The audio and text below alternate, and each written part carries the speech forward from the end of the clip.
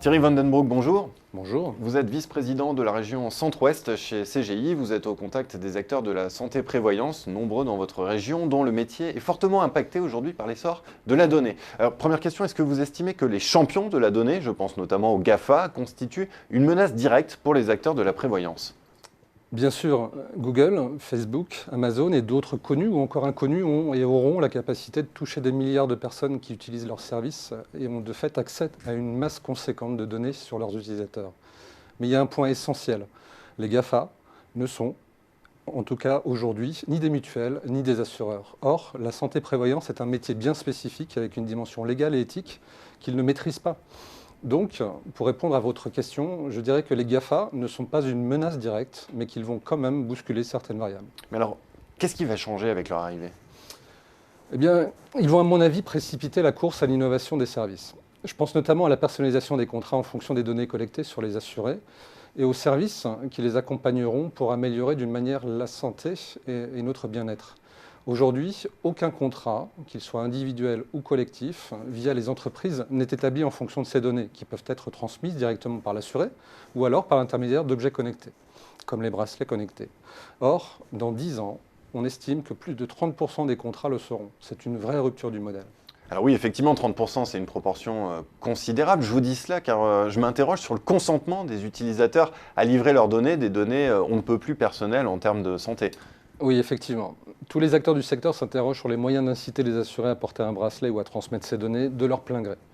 Aujourd'hui, AXA propose par exemple des bons d'achat chez ses partenaires en échange de la transmission des données.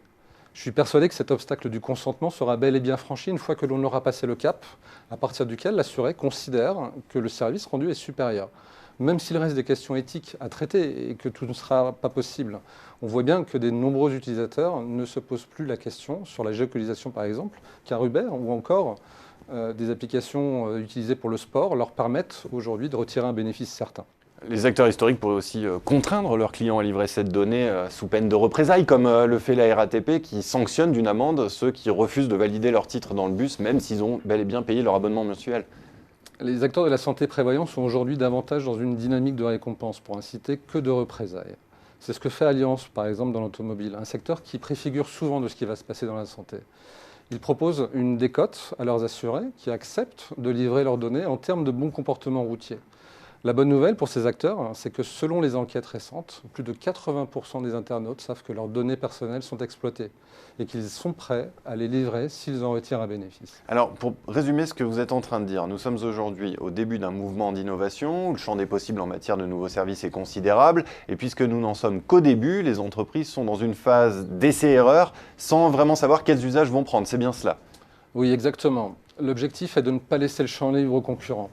C'est d'autant plus important que le paysage concurrentiel se complexifie. Il y a les acteurs historiques de la santé-prévoyance, dont l'offre est éclatée, mais aussi toute une série de nouveaux acteurs comme les géants du net ou encore tout un ensemble de start-up qui se positionnent sur ces services innovants. Sans compter sur les leaders français des objets de santé tels que WeSing, The Sense, qui pourraient se positionner comme des brokers incontournables pour monnayer la donnée. Tout est à construire. Mais alors, pour les acteurs historiques de la santé-prévoyance, comment s'en sortir ? Je pense que l'innovation apparaît comme un véritable facteur différenciant. Cela va bien sûr demander aux acteurs de la prévoyance de revoir leur organisation. Il faut bien dire que ce sont des paquebots lourds à manœuvrer, mais c'est indispensable car l'innovation est une condition sine qua non pour que l'essor du digital soit une opportunité et non plus une menace pour ces acteurs historiques. Eh bien Thierry Vandenbroek, merci pour cet éclairage. Merci.